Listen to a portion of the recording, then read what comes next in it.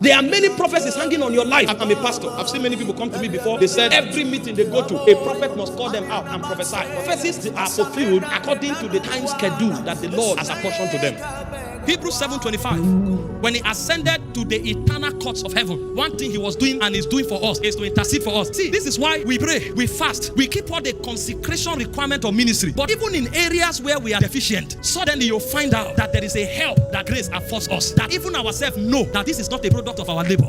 Fellowship is deeper than what you think. A man can pray fast and he thinks he's deep with God. But when they start assessing him, they will assess him first from foundational truths. Do you? So a church that does not have territorial impact in the spirit is no longer a church. It's a social gathering. Matthew 16:18. Upon this revelation, I will build my church. The gates of hell shall not prevail against it. That means the government of hell cannot rule in a territory if you are there. So one of the ways we should begin to diagnose our operation and judge our efficacy is to identify the operations of darkness that our presence stopped. That's the proof that church is growing. It's not just about number. Number is important because it means souls are being added. But if we come into a territory where occultic activity was dominant and it remained dominant for the 20 years that we have been around, sexual immoral activity was dominant, prostitution everywhere, it remained for the 20 years that we are around. Armed robbery, kidnapping, banditry was dominant and it remained dominant for the 20 years that we are around. If we like, we should grow from 1 to 20 million. We are a number because the gate of hell is prevailing. So a church that is a territorial lampstand has the capacity to bring new government. So if you come to a place where young men were given to banditry, after 3 years, let there be a change in the story. You'll discover that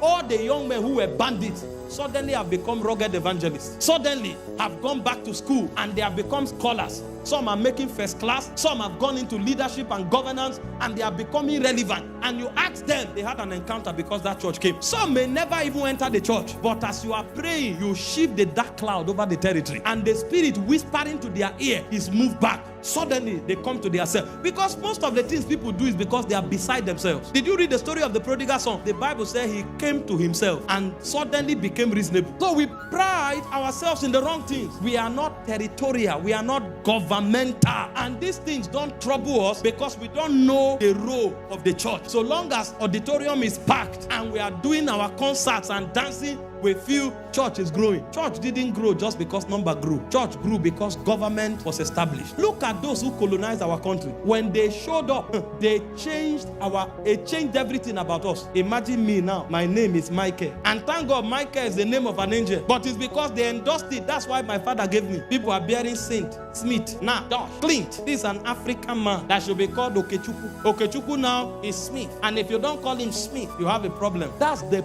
power of colonization. That's the meaning of ecclesia. They have left here since 1960. But if you give birth to your child, his first name will be Calvin. And you will be Calvin. They will call it with accent, with audacity. Thank God I'm even wearing traditional today. We feel important when we wear suit with tie, tuxedo, and you are walking. In fact, some of the spirituality we feel is the suit. Is the suit. And you walk like a holy man. Meanwhile, his suit you are feeling. That's power of colonization. You see, somebody wakes up in a hot weather. He's sweating. He's taking tea.